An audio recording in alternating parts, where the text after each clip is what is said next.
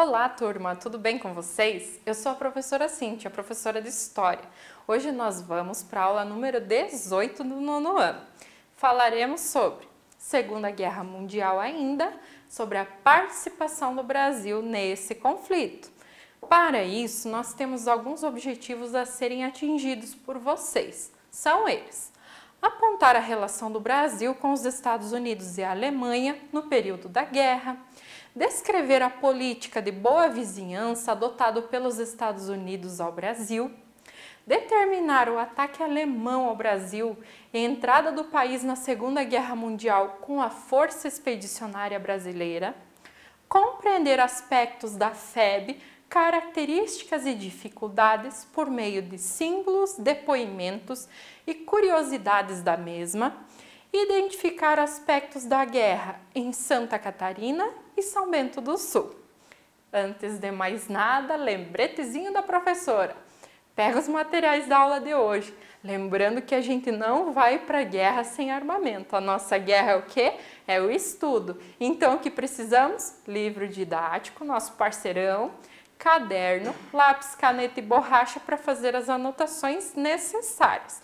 Todas as informações, curiosidades, dúvidas que venham a surgir para que depois vocês busquem essas informações. Agora sim, vamos iniciar. Então, inicialmente, no processo da Segunda Guerra Mundial, o Brasil adquiriu assim uma posição neutra. O presidente do Brasil naquele momento era Getúlio Vargas. Ele era um político hábil e acostumado a tirar proveito de situações de conflito. Então, ele manteve as relações, manteve-se neutro e continuou com relações comerciais, políticas, tanto com alemães quanto com estadunidenses. Porém, permanecer nessa política de neutralidade estava ficando difícil para o Brasil. O que vai acontecer? Uma das estratégias utilizadas pelos Estados Unidos nesse momento e com o propósito, com o objetivo de ampliar sua influência nos países aqui da América Latina, foi a chamada política de boa vizinhança. O que ela consiste? A criação de acordos econômicos com países da América em troca de apoio. Ainda incentivava o estreitamento de laços culturais dos Estados Unidos com a América Latina. Pensando nisso, o presidente estadunidense Roosevelt, ele vai designar Rockefeller como responsável por promover esse estreitamento de laços culturais. E este vai nomear o Walt Disney para produzir filmes com o propósito de reforçar essa visão pró-Estados Unidos na América Latina. Uma das criações do Walt Disney foi a questão do personagem Zé Carioca. Além disso, inúmeros artistas latino-americanos realizaram intercâmbios culturais e excursões para os Estados Unidos. Entre eles, nós temos a cantora luso-brasileira Carmen Miranda. Então, vamos entender aqui sobre a questão do Zé Carioca. Zé Carioca, amigo do Pato Donald, é bem a visão estadunidense do brasileiro. Brasileiro meio folgado, adora um samba, não gosta muito de trabalhar, mas muito esperto, astuto, tem aquela visão assim de como que ele vai conquistar algo, aquele famoso jeitinho brasileiro. Então era uma forma de mostrar essa parceria estadunidense com o Brasil por meio das histórias em quadrinhos, dos filmes ali do Walt Disney. Já a questão da Carmen Miranda também é uma artista que vai representar essa cultura tropical, o uso das flores, a roupa toda colorida, a dança, a música presente aqui. Mas percebam que não é uma visão real de tudo que realmente acontece, é o real realmente que acontece no Brasil, mas é um estereótipo que está sendo formado em relação ao brasileiro lá fora. Muito bem, o que acontece? Em maio de 41, o Brasil consegue que os Estados Unidos se comprometa a financiar parte da construção da usina siderúrgica de Volta Grande, no Rio de Janeiro. Ela vai ser primordial para o crescimento da economia brasileira. Em troca desse favor, desse financiamento, o Brasil deu permissão para que os Estados Unidos instalassem bases aeronavais no Nordeste, tá? Então percebam, é uma troca de favores. Um deu uma coisa, outro cede outra. Então não é uma coisa assim, digamos assim, vai tentar favorecer os dois, mas sempre um vai conquistar mais do que o outro. Continuando, em janeiro de 42, o Brasil se declara a favor da união das Américas contra o eixo, tá? E o governo alemão, sabendo desse posicionamento, reage torpedeando 6 navios mercantes brasileiros, que acarretou na morte de centenas de pessoas. Neste momento, os brasileiros saem às ruas nas principais cidades do país e exigem que o Brasil entre na guerra ao lado dos aliados. Consequentemente, em 22 de agosto de 1942, Getúlio Vargas, sob pressão dos Estados Unidos e também da população brasileira, declara guerra aos países do eixo. É ali que o Brasil entra oficialmente na guerra. Antes de partir para outra informação, eu quero chamar a atenção de vocês a um ponto que será discutido quando estudarmos sobre a era Vargas, o tempo que Vargas vai ficar no poder de 1930 a 45, justamente nesse período que vai atingir ali a questão da Segunda Guerra Mundial. O posicionamento político do Vargas, ele vai ser, digamos assim, vai pender mais para o lado fascista. De certa forma, ele admirava as ações de Mussolini, de Hitler no poder. Esse totalitarismo em mãos. Até o Brasil vai passar por uma ditadura nesse período de Vargas no poder, que é a ditadura do Estado Novo, de 38 a 45. Porém, a partir do momento que o Brasil se alia aos aliados, a aliança militar dos aliados, elas têm uma visão mais democrática de poder. Aí que vai levar uma certa inconsistência em relação ao regime político de Vargas. É ali que ele vai perder poder e vai acabar renunciando ao poder do Brasil, a liderança do Brasil saindo do poder, e em 45, ali 46, entra outro presidente. Mas senão ele tocava o barco para diante, ele ia continuar no governo. Tanto é que numa próxima eleição que ele disputa, ele vence novamente, tá? Mas isso é só um spoilerzinho do que a gente vai tratar futuramente a respeito do governo de Vargas dentro do Brasil. Muito bem, você sabia que a famosa expressão se tornou lema da Força Expedicionária Brasileira durante a Segunda Guerra Mundial? Qual seria a expressão? É mais fácil uma cobra fumar cachimbo do que o Brasil entrar na guerra. Dizem que foi o presidente Getúlio Vargas que ele jamais imaginava que o Brasil entraria na guerra. Então, por isso, ele falou ele teria dito essa frase, nada comprovado. Mas a gente viu que tudo isso mudou e a cobra fumou e o Brasil foi à guerra de fato. Até o símbolo da FEB é a cobra fumando.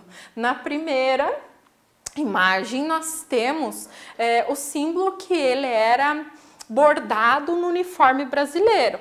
Na segunda é um desenho do Walt Disney, justamente falando da cobra, representando a cobra fumando, uma cobra guerrilheira, tentando representar essa entrada do Brasil na guerra. Outro símbolo da questão da participação do Brasil na guerra, mas agora da FAB, Força Aérea Brasileira, é Senta-Pua. É o símbolo e grito da guerra, grito de guerra do primeiro grupo de aviação de caça da Força Aérea Brasileira.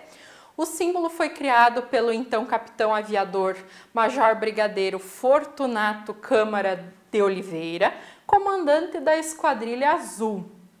Ele tenta mostrar ali a questão do vermelho como revolução, a questão da força, a questão dessa imponência que ele queria representar o Brasil nesse conflito. Sobre a Força Expedicionária, aliás, brasileira, a FEB, ela é criada em 43 e é um destacamento militar que representaria o Brasil na guerra. Cerca de 25.334 homens foram comandados assim pelo Mascarenhas de Moraes. Ela enviou o primeiro destacamento em julho de 44 para ajudar os Estados Unidos a libertar a Itália, na época parcialmente ocupada por tropas alemãs. Tá? Então, cerca de 26 mil homens vão lutar, representando o Brasil, principalmente nos territórios da Itália. Até muitas ruas recebem o nome, tem relação com a história do Brasil, ali nomes de brasileiros, enfim, justamente para homenageá-los, porque foram bastante importantes neste período. Além de enviar soldados à Itália, que obtiveram vitórias, como a conquista na cidade de Turim e a ocupação de Monte Castelo, o governo do Brasil estabeleceu bases aéreas destinadas a servir de postos de abastecimento aos aviões estadunidenses e navais, tá? De onde partiam navios torpedeiros e antissubmarinos em território brasileiro. Então tinham bases tanto para os aviões quanto bases navais, justamente para ajudar nesse deslocamento dessas tropas.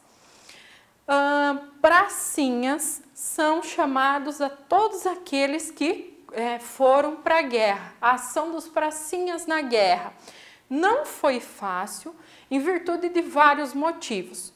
O treinamento que os brasileiros receberam não era muito próximo da realidade que eles encontraram na guerra. Quem ajuda nesse processo de treinamento? Os estadunidenses. Os soldados, eles não estavam habituados com o clima frio dos montes apeninos que atravessavam a Itália e nem estavam acostumados em locais montanhosos. O Brasil, clima tropical, não tinha muita presença ali da questão das montanhas nos locais em que eles fizeram esse treinamento, logo eles acabam sofrendo com essa região. Na Batalha de Monte Castelo, houve cerca de 400 baixas entre os brasileiros. Fala-se também que quando eles chegam, a primeira tropa chega lá, o uniforme brasileiro, ele era muito parecido com o do inimigo. E daí, soldados estadunidenses quase atacaram os brasileiros. Isso em relatos de livros que tratam sobre as pessoas, esses pracinhas que dão suas entrevistas contando como foi. E sei que naquele momento eles gritam, dizendo que são brasileiros, né, que não era para ser atacados, aí que eles se entendem e de fato vão para a luta. Mas foi bastante complicado. Embora um ato heróico desses 25 mil homens, quase 26 mil homens, eles foram bem mal preparados, assim, mal estruturados por parte do governo brasileiro.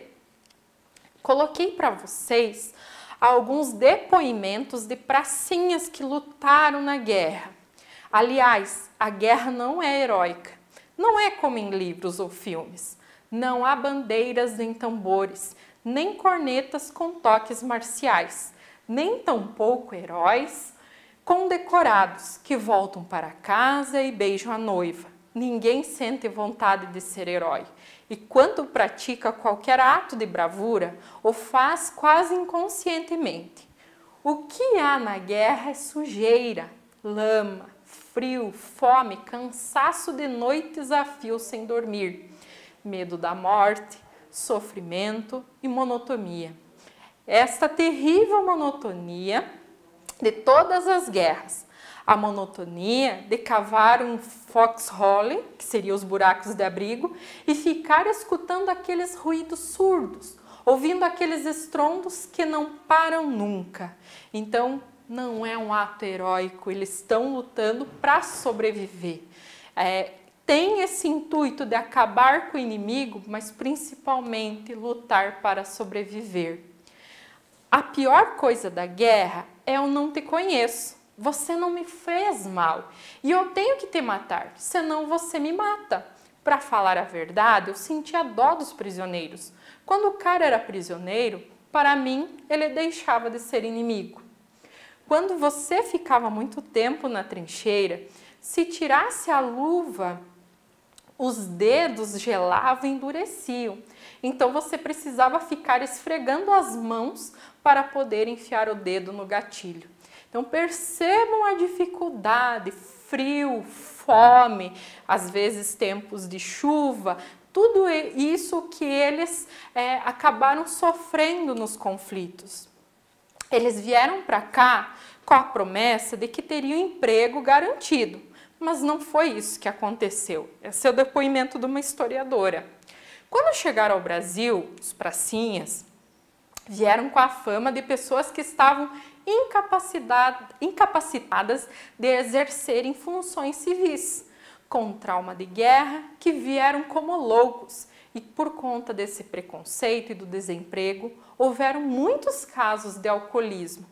Então, além de ir para a guerra, sofrer todas essas situações de conflito, voltavam e ainda não conseguiam emprego.